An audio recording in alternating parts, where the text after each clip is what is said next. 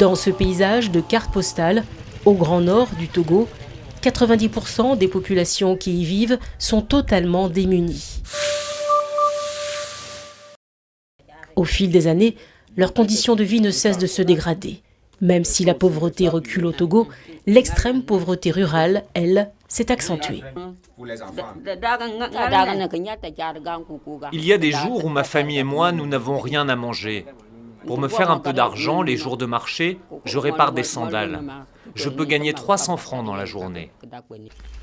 Sur ces 2 hectares, il cultive le maïs et le sorgho. Mais ça ne lui permet pas de s'en sortir en contre-saison, dans une région à la merci des aléas climatiques.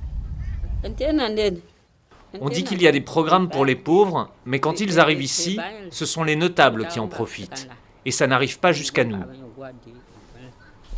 Avant la dernière présidentielle, on leur avait même promis un ambitieux programme pour vaincre leur misère et l'insécurité alimentaire. Les rendre autonomes par la mise en place de services de base et d'infrastructures. On avait promis que Naki va avoir de l'eau suffisamment. Les routes de gauche à droite dans les petits villages, on devrait tracer ça pour nous. C'est ça qu'on avait prévu dans 5 ans, 2010 jusqu'en 2015. C'était ça notre promesse.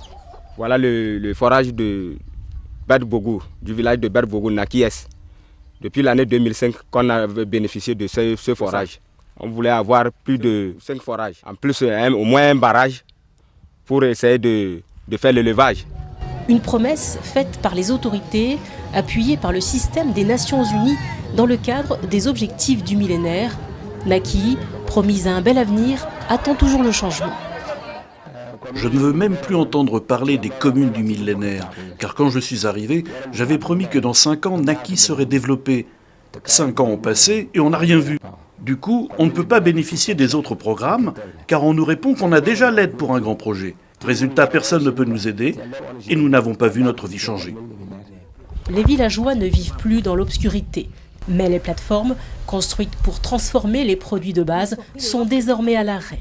À Naki, la première bataille pour lutter contre l'extrême pauvreté est perdue. Les populations n'ont pas réussi à s'approprier ce projet, mais l'État, de son côté, n'a pas rempli sa part de financement, ni su transférer la gestion du développement à cette localité.